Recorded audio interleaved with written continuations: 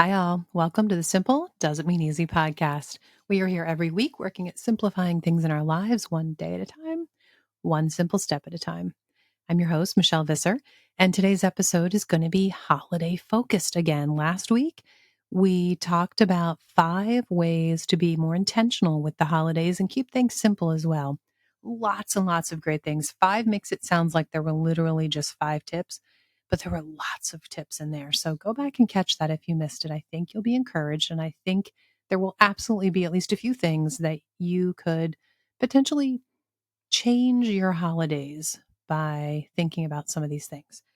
And don't forget that there is a gift for you that I am giving away to one of you, a grain mill.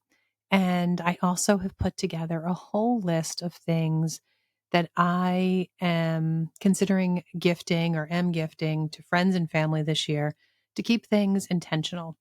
I shared last week that I'm really working hard. This is my second year working towards this to really make every gift that I'm giving promote health or wellness or to encourage hobbies and togetherness with family.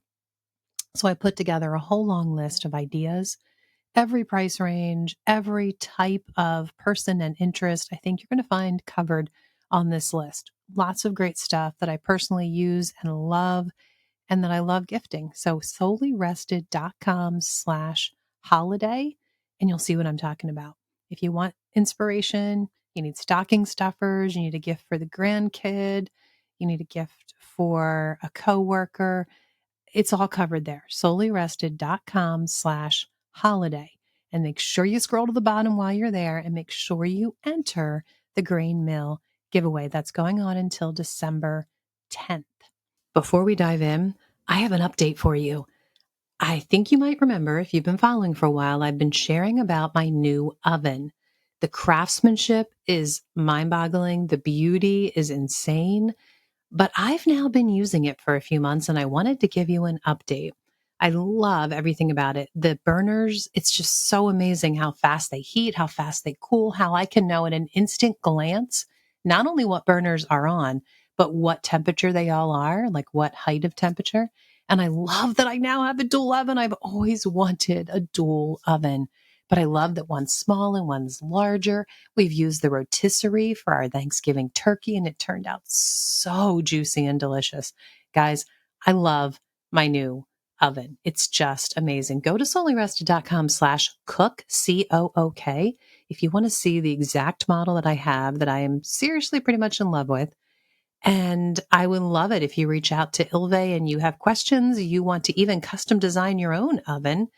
Tell them that Solely Rested sent you and you heard about them from me because, guys, I am telling people from the rooftops, Ilve is an amazing oven. Go to soulyrested.com/cook to see mine. Today, instead of very specific or kind of instead of broad ways of simplifying things and being intentional with the holidays, today instead, I'm just going to chat with you. Friend to friend, older friend to younger friend, grandmom to young mom, grandmom to grandmom, whatever the case is, I want to chat with you about things I've learned over the past decades with our holidays and with activities and give you very specific ideas of things our family has genuinely loved. There's been some bombs. There's been some things we didn't love so much for sure. There's plenty of things that, yeah, we did it, but it wasn't overly exciting. They didn't make the cut. This is a list of things that I truly hope and believe is going to be impactful generations to come. Like things that we did that our daughters will do with their children, that their children might do with their children. Just things that are simple, pretty little things that help us um, refocus, take a deep breath, spend time with family, and just step away from commercialism of the holidays. So I hope there's something here that becomes a new tradition for you. And absolutely, please reach out to me. I would love to hear from a lot of you, some of your really fun traditions, and I can share them in Instagram over on stories because that's a great place. I can make a highlight. We can just share all kinds of great, really fun, simple family traditions. Wouldn't that be fun? So please reach out. Let me know some of your traditions. Okay. In absolutely no specific order, I did make a little list so I'd remember the ones I wanted to make sure I shared. First of all, we every year from the time that my oldest was able to form a cookie dough with her fingers until, until actually we moved to the country and it became harder. We still did this on a whole different level, but this specific activity was harder when we didn't have, well, I'll just explain. We got together and made cookies with friends. It was never anything fancy. The cookies were always ugly and half the time burnt, honestly, because the kids were genuinely doing the work. The adults were helping, of course, and we all just brought our own doughs. We kind of signed up ahead of time, so we had a variety. We all brought the ingredients needed for whatever cookie we were contributing. And we just spent hours in the kitchen, the moms and the kids. It was messy. Absolutely. It was noisy. It was all kinds of things. It was definitely chaotic. Now, this was in like a co-op setting, and we did meet in a church. So we had a large kitchen.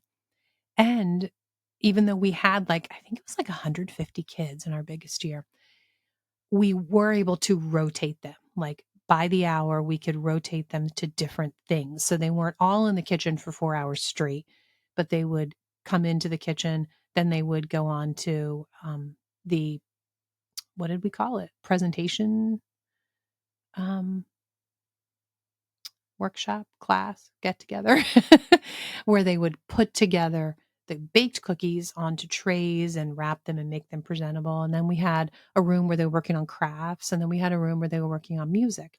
So after this, I think it was a 4 hour day for us, we wound up in the end having tons of plates of cookies and lots of very simple little crafts that the kids had made that we could take to people who needed the encouragement and the cheer. Now, we specifically chose to go to a nursing home that we worked with as a co op. We would actually go there monthly and play games with the residents. It was really a highlight, actually, of our family, the memories of doing that. It wasn't easy. And in fact, just recently, one daughter and I were talking about, she said, Mom, every time we went, I thought, which one isn't going to be here? And she rattled off some of their names and said, will she be here? Will she be here? I remember thinking every time, will they be here next month? And I didn't know that. She never shared that with me. So it definitely has some sadness to it. And a nursing home is never an easy place to go to, right? But I think the life lessons that are learned because of something like this are huge. And they really can't be replicated any other way. And it gives you so many talking points with the kids too. But it doesn't have to be a nursing home. It can literally be, it doesn't have to be 150 kids. It can literally be you and one or two other families. And you could just go to a few houses of people who are shut in or elderly, or maybe they just have had surgery, or maybe there's some extenuating circumstances in their family and they would like a visit. Whatever the case, the people I'm talking about, right? And it doesn't have to be as fancy as we did it. You don't have to sing carols and take crafts. You can literally take a plate of cookies and sit and talk for a little while. But what a great experience for your kids to realize at the holidays, it's not all hustle and bustle. It's not all I have to wrap my presents. It's not all I have to go shopping. It's not all I have to bake for the holiday dinner, but it's about time with family and with people that really matter and people that you can be a blessing to. And what a great way to focus on what's important, to just get the focus off of ourselves, off of our time and our busyness or our lack of time, and to just put the focus where it belongs, outside of ourselves, right? Um, Ornaments on the tree. We had, we still do. They're falling apart. I think every year, maybe I should try and repair them, but they still work. We had for each girl a special ornament that they made when they were very young. And I'm trying to think if I want to try and describe this. I actually looked online to find a link I could put in the show notes, and I found nothing. I could not find somebody making this kind of ornament, but it's so simple. I think I can describe it to you. we took old Christmas cards. In fact, we would save Christmas cards every year for this very purpose, thinking maybe next year we'll make new ornaments. Maybe next year we'll make double ornaments for each girl. We actually never did. We always stuck with the original ornament, but we had a box full of Christmas cards because we always thought we would do more of these. And honestly, it'd be a really sweet gift for grandparents, for neighbors. Anyway, you take Christmas cards and you cut out 6 circles. I'm trying to think. I'm looking, if you're on YouTube, you see me making my circle. It's about 3-inch diameter. You can make it whatever size you want, though. And cut uniform size circles, 6 of them, out of any of those Christmas cards that you want, any part of the picture that you think is pretty. It's fine that they all look different. Or some daughters wanted a theme. One daughter wanted a horse theme, and she meticulously saved horse cards and looked through different people's, like grandparents' Christmas cards to find a horse. And I think she managed to find 6 that year, I think, and made a horse one. But anyway, you cut out the circles and you fold them on each edge, on all 4. I know a circle doesn't really have an edge, but imagine it does. Fold it on all 4 edges. So what you have is a square. Once you fold in those circle edges, the center of the circle is a square, right? And then you glue together the backside of each of those flaps that you just created. You glue together 4 of them in a circle. So almost like you could use it as a bracelet. And then you have a top and a bottom that are still open. Your other 2 remaining circles will be your top and your bottom, and you glue them on. But here's the thing. You leave one of them only glued on one flap. So it's a hinge and the other 3 flaps are open. So you have a little door to your ornament. And then the opposite flap that isn't glued, you put a hole punch between that and the circle that is adjacent to it. And then with your 2 holes that you just created, you have a place to tie a ribbon or a piece of twine into a little bow. And that will keep your door that you made closed until the person undoes the bow and opens the ornament. So you have this little treasure box that each child can make their own and hang on the tree. And we didn't put it up until Christmas Eve. Every Christmas Eve, they'd all ask, okay, where's my ornament? Or they'd have them lined up in a special drawer ready to go. And they'd each put them on the tree.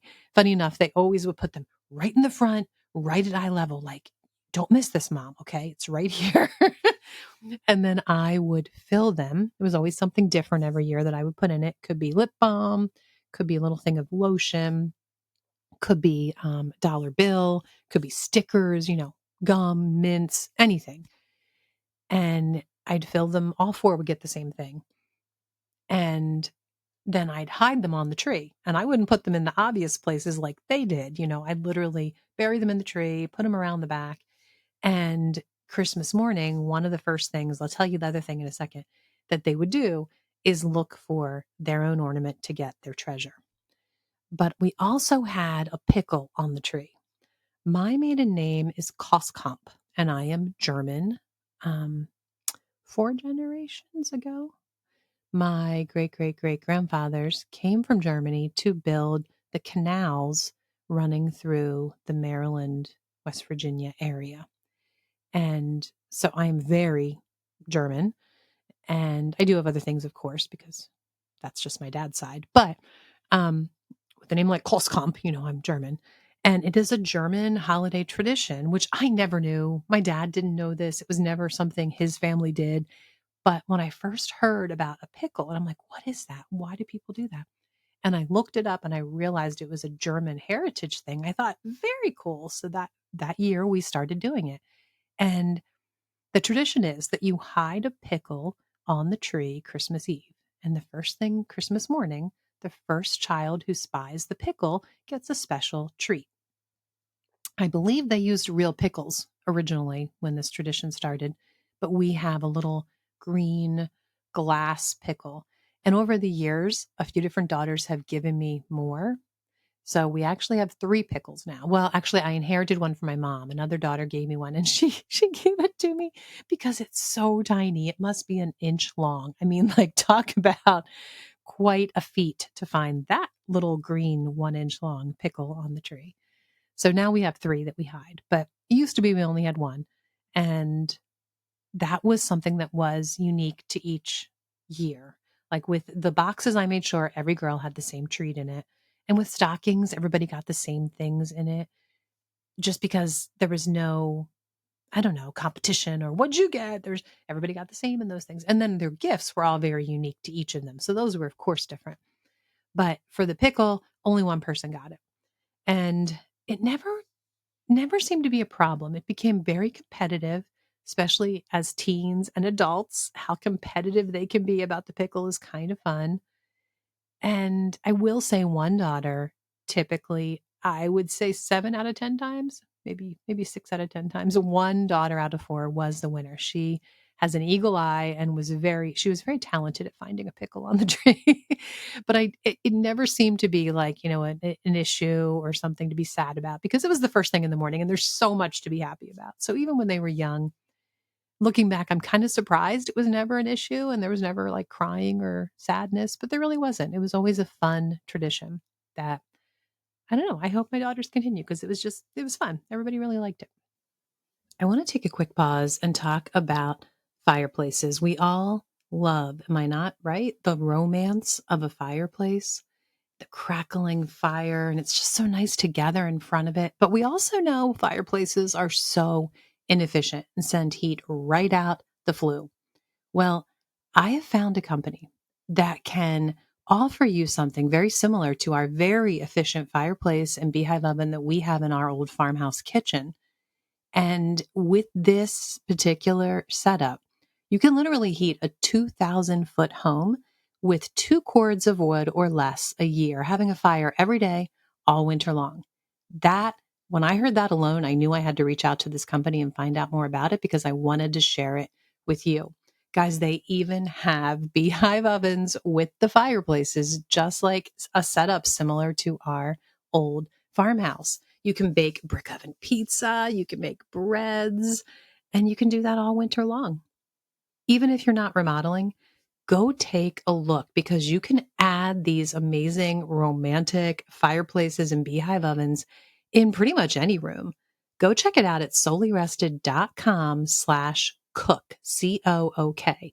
You'll see my beehive oven and I link to Tempcast because I really want to introduce you to them. Go to solelyrested.com/cook. Also, guys, I love sugar.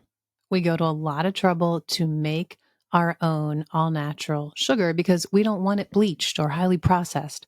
But what if I told you there was an organic, all natural way to sweeten your tea with 0 calories?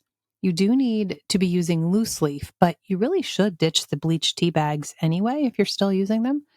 You want to add just a pinch of stevia leaves while it steeps for a few minutes, and your tea is suddenly sweeter. Go to solelyrested.com/teas, TEAS, and find some, along with 8 of my all-time favorite teas that you really should try. That's Solely Rested, SOULY rested.com/TEAS for the best organic stevia leaves and the best teas. And it was fun as a mom thinking of what that gift was going to be. I never wanted it to be extravagant or elaborate. It was a simple thing, but it also was something I wanted it to be something that no matter who got it, of course, they'd be excited about it. So it was fun to think that through. And I would typically have that ready like a month before Christmas because I wanted to make sure I had something good and perfect for the occasion. We also, speaking of trees, we had a reading tree. Now, this is a very homeschool kind of thing, but I really think it would be fun for any family, honestly. But we loved it as a homeschool family. At least I did as the teacher. I think sometimes it might have been a little, no, I think they always liked doing this. I guess I'd have to ask my daughters. But it started because there was a Christmas in Odessa, which is Odessa, Delaware, special extravaganza. I think it was the first year they ever did it.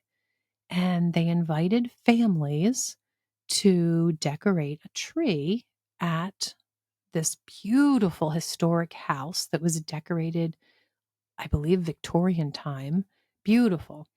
And if you decorated a tree, you could come for free to this extravagant Christmas in Odessa evening that I believe was really costly per person that we never could have done. But we got to go for free if we decorated a tree. So we all got really excited about that.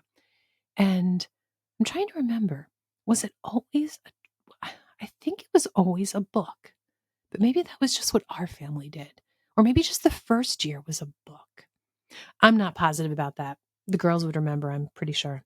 But every year we did this for, I don't know, 4 or 5 years at least. And we would choose a book that we were reading or had just finished reading in homeschool. And we would make ornaments to fill the tree that matched the theme of the book. The first year was Island of the Blue Dolphins.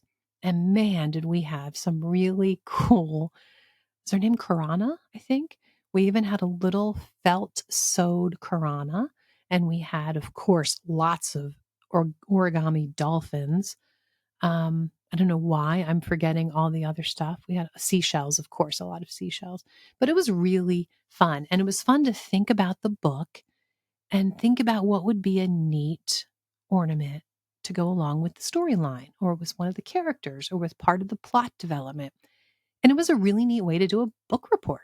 So we did it every year for many years. And we at home, after that very first year, I'm like, we spent so much time on these beautiful ornaments. I want to use them again. So the following Christmas, after the first year that we did it in Odessa, we got an artificial tree. I think we got it at a thrift store and put it up. I think we put it out on our back porch. It was a screened in porch, so it was protected from the elements.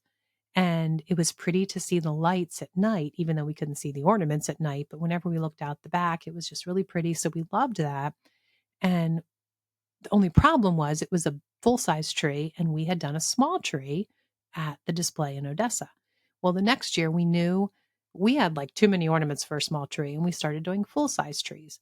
And after only a couple of years, you could imagine our reading tree at home got really full with all these different ornaments for all these different books. So we started just picking and choosing our favorite ones. And it was really fun every year at home to pull out basically these book reports and these fun things the girls had made and fill our reading tree. I even had more fun when we had company over because they'd always be like, "Oh, you have two trees." And I think now that's more common than it was 20 years ago. But people were always like, "Wow, you have two trees." Um, and then, as a homeschool mom, who doesn't love this? And be like, yeah, come look at it. And the guest would start asking questions, and the girls would all circle around and tell them about that book that they read and why that ornament is on there and what happened in the book that made them want to make that ornament. So it was just super fun. Um, and I do think it's something that you could do with any family, anytime. It would be fun whenever you read a book. Now, we focused on one book a year, but looking back, if I could redo it, I think I would love every time a daughter read a book, "Hey, let's make an ornament. What do you want to make?" And every book that they read, there's one more ornament for the tree. How fun would that be? I don't know. It's the homeschool mom and me geeking out over it, but it was a really fun tradition that I hope at least somebody in my family continues because I loved it. Also, PJs. Who doesn't want to put on PJs early on a cold, dark December night? Do it a lot around the holidays and then sit around and play games or curl up in front of a Christmas movie in your PJs. The PJs make all the difference in the world, especially for the little kids. Like getting to put your PJs on at 4:30 and curl up with mom and watch a Christmas movie. Heck yeah. And the thing we loved to do the most with our PJs was hop in the car. We would do this one night before Christmas. A few years we just ran out of time and we wound up doing it between Christmas and New Year's, which is fine as well. But we'd hop in the car before Christmas. We would load up our travel mugs with hot chocolate and lots of marshmallows, have our PJs on, get some warm, fuzzy blankets. We'd preheat the car too. And we'd drive around for sometimes hours looking at Christmas lights. And we'd all vote on what we thought was the prettiest. And then we'd sometimes find one that we liked even more. And we'd kind of do different awards like, I don't know, craziest and most lights, and we'd have all different awards every year, and we'd all vote on what we thought was the most, very informal, mind you, very informal. But we talked every year about coming up with some sort of a little prize or trophy that we made, just something silly, probably out of like a toilet paper roll tube, and stopping and knocking on the door of whatever house we thought was the coolest and giving them our award for the best decorated house. We never did that. We talked about it. It's something else. Looking back, if I could do again, I would do that. That'd be really fun to do it every single year. I guess the problem might be if you choose a house far away and then you've driven another, 10 miles and you don't really want to go back. Maybe that's why we didn't do it actually. But there's got to be a way to do that, right? It'd be fun. I know you go back to the house later, right? You pick it that night, but the next week you take another drive together and maybe you don't have your PJs on that time and you all get out and say hi and give them your reward. That'd be fun. Good way to meet your neighbors too. Um, Probably the tradition that I think my daughters would all say first if I said to them, "What do we do when you were growing up that was special at Christmas?" I think this next one would be it. We had a manger that had baby Jesus separate from the manger. I didn't know this would be a tradition when I first bought it. I had no idea. But looking back, I'm so glad that it was that way because most manger scenes, Jesus is attached to the manger, but this one, it was two pieces. And I can't remember for the life of me where I first got the idea. No idea. But one Christmas, I explained, well, you know what? Let's not put baby Jesus in the manger when we're setting up the nativity, early December, because we're looking forward to his birth. That's what we celebrate on Christmas. So let's pretend on Christmas Eve that that's the night that baby Jesus was born. And we're going to look forward to that. And it was the coolest thing watching the girls looking at the manger scene and being like, oh, Jesus isn't there yet. Just like such a great way to anticipate the coming of Christmas and the coming of Christ. Like just a very vivid picture for a young mind that we're looking forward to this. And then Christmas Eve, we'd get home from candlelight church service, and all the girls were so eager to go pull out our box of musical instruments.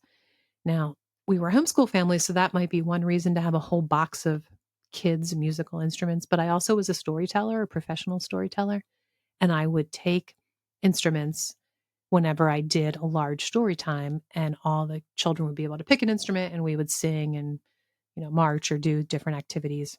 So I had these instruments, a lot of them, and the girls would get home from Christmas Eve service and go rummage through to pick like the best instrument.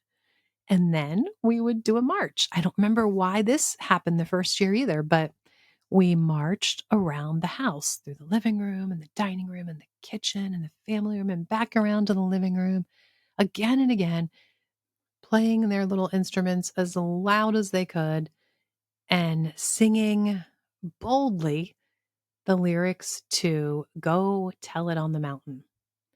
Down in a lowly manger, our humble Christ was born, and God sent us salvation that blessed Christmas morn. And we would drag out Christmas morn,